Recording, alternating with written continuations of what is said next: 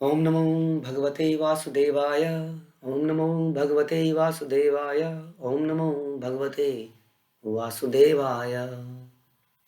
तो श्रीमद् भागवतम के तीसरे कैंटो के 15वें अध्याय का समरी हम लोग पढ़ेंगे, जिसका शीर्षक है वैकुंठ का वर्णन। वैकुंठ का वर्णन बड़ा इंपॉर्टेंट है, क्योंकि अक्सर इसकी जानकारी संसार में नहीं है कि वैकुंठ वास्तव में है क्या। पिक्चरें तो बहुत बनी स्वर्ग के ऊपर, स्वर्ग यहाँ, नर्क यहाँ, इत्यादि इत्यादि, लेकिन वैकुंठ के बारे में कहीं चर्चा हमारे फिल्मी लोग भी करना भूल गए। उनको भी जानकारी नहीं रही, क्योंकि उन्होंने भी भागवतम नहीं पढ़ी थी। बड़े दुख की बात है।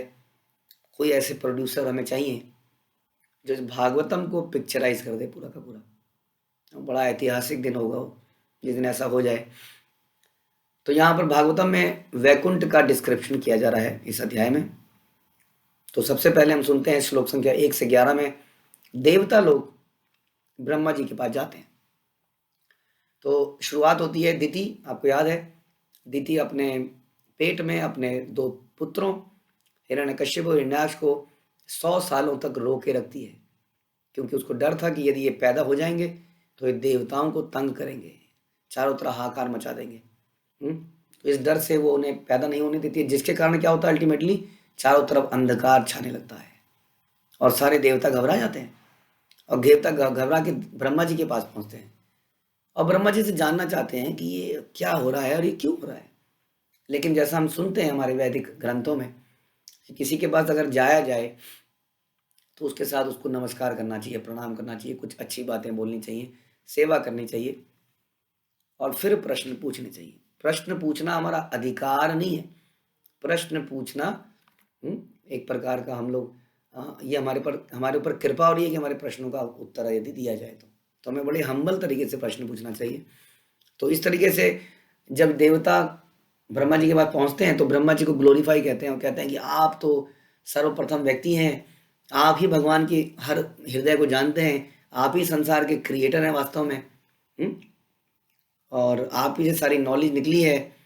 ये सारे प्लैनेट्स, ये सारे योनियां आपने बनाई हैं।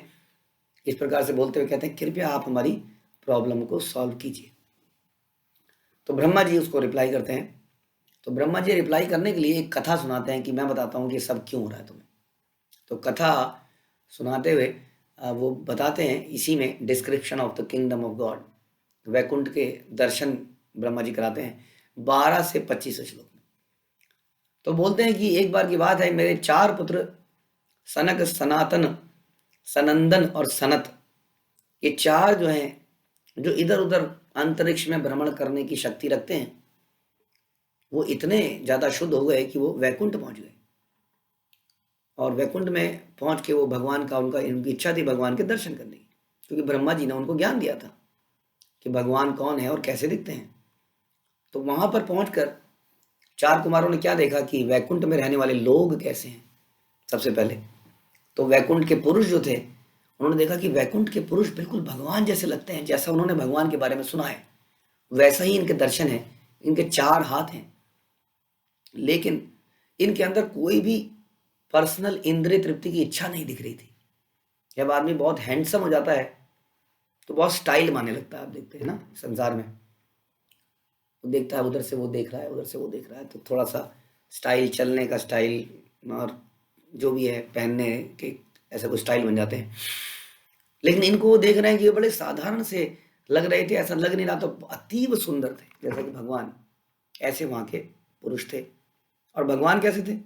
हाँ, वैकुंठ लॉर्ड उसके बारे में बता रहे हैं कि जो भगवान हैं वैकुंठ के, उनको केवल वैदिक शास्त्रों द्वारा समझा जा सकता है और किसी तरह से नहीं। अभी तो भगवान को देखा नहीं है। फिर देखते हैं कि वैकुंठ के जंगल कैसे थे। वैकुंठ के जंगल ऐसे थे कि वहां पर हर पेड़ इच्छा वृक्ष था, इच्छा पूरी करने वाला, डिजायर ट्री। हाँ, जिसके अंदर हर तरह के फूल और फल एक ही पेड़ में आ जाते थे। किसी भी सीजन में कुछ भी उग जाता था और सब कुछ वहाँ स्पिरिचुअल था, आध्यात्मिक था। कुछ भी निर्जीव नहीं थे वहाँ वस्तु। वहाँ के जो कपल्स थे, पति पत्नी या जो भी कहिए, प्रेमी प्रेमिका, वो एरोप्लेन में घूमते थे। हाँ, वो एरोप्लेन कहीं भी खड़ा हो सकता है, हाँ, कहीं भी रुक सकता है। हाँ, और वो क्या करते थे, कहीं भी खड़े होके, कहीं भी चलते फिरते भगवान की ग्लोरिफिकेशन गा रहे हैं, यानी कि एरोप्लेन में घूम रहे हैं और बोल रहे हैं हरे कृष्णा, ऐसे गाते हुए दोनों पति पत्नी चल रहे हैं, कोई इधर से जा रहा है, कोई उधर से जा रहा है। हाँ, और कुछ उनके मुंह में ही नहीं है। वहाँ की चिड़िया कैसी दिखती हैं? वहाँ की चिड़िया इस प्रकार की थी, बहुत ही सुंदर चिड़ियाएं, सारी बैठ के भगवान का गुणगान कर रही हैं। और तभी कहीं से वहाँ पर एक भंवरा गुनगुना भगवान का गुणगान करने आ जाता है। बहुत ज़्यादा सुरीला तो नहीं है, लेकिन सारी चिड़ियाएं चुप हो जाती हैं कि देखो ये छोटा सा प्राणी ये भगवान को कैसे ग्लोरीफाई कर रहा है, और सब उसको अप्रिशिएट करते हैं और सब चुप होकर उसको सुनते हैं। फिर देखते हैं कि वैकुंठ के जो प्लांट थे, झाड़ियाँ, पत्तियाँ या फ्लावर प्लांट्स, वो कैसे हैं? बता रहे हैं कि बहुत ही सुंदर, ऐसे प्लांट इस संसार में देखे नहीं जा सकते। इस संसार में कितने सुंदर फूल हैं। कई बार फूलों की प्रदर्शनी लगती है, खासतौर पे फरवरी के महीने में कई जगह पे फ्लावर फेस्टिवल्स होते हैं। ऐसे ऐसे फूल दिखते हैं कि देख के आनंद आ जाता है। हाँ, लेकिन वो वैकुंठ के फ्लावर्स के आगे कुछ भी नहीं है, ऐसा बोला जाता है। इवन स्वर्ग में ऐसे फ्लावर्स हैं जो इस संसार में नहीं मिलते हैं।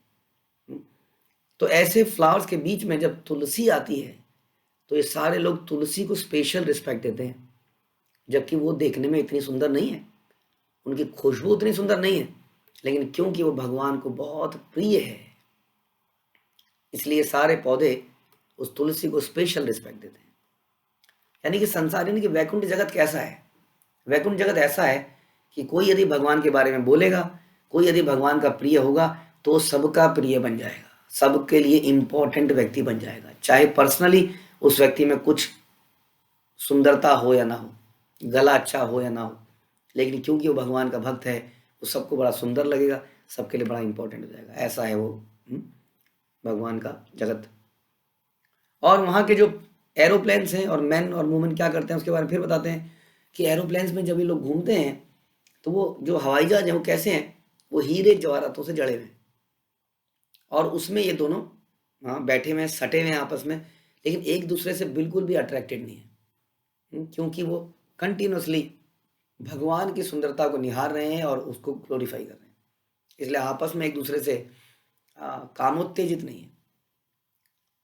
वैकुंठ में जो वुमन्स हैं, वहाँ की नारियां हैं, स्त्रियां हैं, वो इतनी सुंदर हैं जैसे कि साक्षात लक्ष्मी हो। जब वहाँ के पुरुष ऐसे सुंदर हैं जैसे साक्षात नारायण हो, तो वहाँ की जो लेडीज हैं वो इतनी सुंदर हैं जैसे लक्ष्मियाँ हों। और वो क्या करती हुई दिखती हैं? वो कई बार एकदम चमचमाते हुए संगमरमर या अलग अलग पत्थरों के फर्श को, महल को साफ करने के बारे में विचार कर रही होती हैं, उसको साफ करने का सोच रही होती हैं, ताकि भगवान की उन्हें मर्सी मिले। कई बार अपने बालों से उसको साफ कर रही होती है। इस प्रकार से बता रहे हैं। तो उसके बाद कौन वैकुंठ में नहीं जा सकता है ये बताते हैं।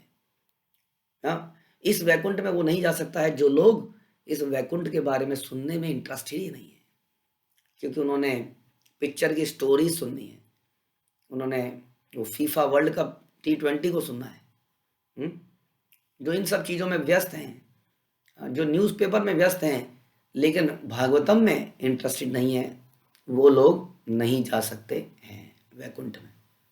उसके बाद बताते हैं कि ह्यूमन फॉर्म की क्या इंपॉर्टेंस है। ये जो मनुष्य योनि है इसकी खास इंपॉर्टेंस है, क्योंकि इसी मनुष्य योनि के अंदर हम लोग सच्चाई को समझ सकते हैं, जान सकते हैं, भगवान की भक्ति कर सकते हैं। जो व्यक्ति मनुष्य का शरीर लेकर भी भगवान की भक्ति नहीं करता है, वो अल्टीमेटली निचले लोकों में गिरा दिया जाता है। बड़ा खतरनाक समय है। मनुष्य योनि एक जंक्शन की तरह, ध्यान रखिए। मनुष्य योनि से पहले की जो योनियां हैं उसमें केवल ट्रेन, जैसे ना ट्रेन सिंगल ट्रैक पे केवल आगे बढ़ती है, लेकिन जंक्शन पे आके कई बार देखते हैं इंजन का आगे बदल गया, उधर डब्बा उधर चला गया, वो आगे चला गया, वो पीछे चला गया, वो उधर चला गया। हाँ, तो ये मनुष्य योनि एक जंक्शन की तरह है, जहाँ से आप आगे भी जा सकते हैं, पीछे भी जा सकते हैं अपने कर्मा के अनुसार। इसलिए बड़ा इंपॉर्टेंट है कि जो मनुष्य योनि में भक्ति नहीं करता है वो निचली योनियों में गिरा दिया जाता है, क्योंकि ये योनि स्पेशली इसलिए दी गई थी ताकि हम भगवान को समझें, उनकी भक्ति करें। तो इस प्रकार से ये कुमार इस वैकुंठ को दर्शन करते हैं कि ये वैकुंठ उन्होंने ऐसा देखा। उसके बाद कुमार जो है उनकी उत्सुकता बढ़ जाती है भगवान को देखने के लिए, और वो भगवान के दर्शन करने के लिए भगवान के महल की तरफ चलते हैं और उस महल में 7 दरवाजे थे। वो एक एक करके एक एक दरवाजे को क्रॉस करते चले जाते हैं और 6 दरवाजे क्रॉस करने के बाद वो 7वें दरवाजे में पहुंचते हैं और 7वें दरवाजे में उन्हें मिलते हैं जय और विजय, जो कि एकदम यंग एज के थे और एकदम एक जैसे एज के थे दोनों, क्योंकि वहां पर कोई बूढ़ा व्यक्ति था ही नहीं वास्तव में, क्योंकि वहां पे बुढ़ापा है ही नहीं। और उनकी बड़े सुंदर शरीर था, एकदम भगवान जैसे सुंदर लालिमा थी आंखों में, लेकिन थोड़े से नाराज से दिख रहे थे। 4 कुमारों ने उन दोनों द्वारपालों को देखा, लेकिन 4 कुमार किसी प्रकार के द्वंद्व द्वेष से मुक्त थे। वो जानते नहीं थे इन चीज़ों के बारे में, उनका कोई विचार नहीं था। वो 7वें द्वार में ऐसे घुस गए जैसे वो 6 दरवाजों में घुसे थे। उन्होंने इस बात पे ज़्यादा गौर नहीं किया कि ये द्वारपाल खड़े हैं, वो सीधा अंदर को जाते गए। उनके हृदय में बड़ी उत्सुकता थी भगवान के दर्शन करने की, लेकिन जैसे ही वो आगे जा रहे थे, इन दोनों द्वारपालों ने देखा कि कोई बालक हैं जो कि नग्न अवस्था में है, छोटे से हैं, घुसपैठिए की तरह भगवान के घर में घुस रहे हैं। उन्होंने उनको रोक दिया और रोकते ही इन कुमारों को भी क्रोध आ गया। तो प्रभुपाद बताते हैं कि अब इन्होंने शुद्ध भक्ति नहीं करी थी, अब ये भक्त शुद्ध भक्ति की तरफ बढ़ रहे थे, अब ये भक्त बनने वाले हैं, लेकिन इनको भी क्रोध आ गया और इन्होंने बोला, इम्पोस्टर्स, तुम लोग धोखेबाज हो, ढोंगी हो। इस वैकुंठ में ऐसा व्यक्ति भला कैसे आ गया? इस वैकुंठ में कैसे पॉसिबल है जहां पे सब हारमोनी में रहे? अभी तो हम देख के आए हैं, यहाँ पे भंवरे के बीच में और कोयल के बीच में भी आपसी तालमेल है। यहाँ पे तुलसी के बीच में और बिल्कुल खुशबूदार लोटस फ्लावर के बीच में तालमेल है। तो ऐसा कैसे हो सकता है यहाँ पर कोई दुश्मन भगवान कहा जाए? कोई घुसपैठिया इस वैकुंठ में घुस सकता है क्या? तो तुम क्यों रोक रहे हो किसी को? तुम क्यों यहाँ पर गंदगी फैला रहे हो? तुम्हें पनिशमेंट दी जानी चाहिए। तुम्हारा ये व्यवहार मैटीरियल जगत के लोगों की तरह है, जहाँ पर ईर्ष्या है, जहाँ पे एक दूसरे में कमियां दिखती हैं। तुम्हें भी हम में वैसी ही कमियां दिख रही हैं, तुम हमारे मन को नहीं देख पा रहे हो। तो इस तरह से तुम्हें तो पनिशमेंट मिली। तुमने जो व्यवहार किया है भौतिक लोगों की तरह किया, इसलिए तुम भौतिक संसार में गिर जाओ। तो जब ये श्राप मिलता है, तुरंत जय विजय समझ जाते हैं कि हमने, ऐसा लगता है हमने भगवान के भक्तों को नाराज कर दिया है। जीवन में हम कुछ भी करते हैं कि भगवान के भक्तों को नाराज नहीं करना चाहिए कभी।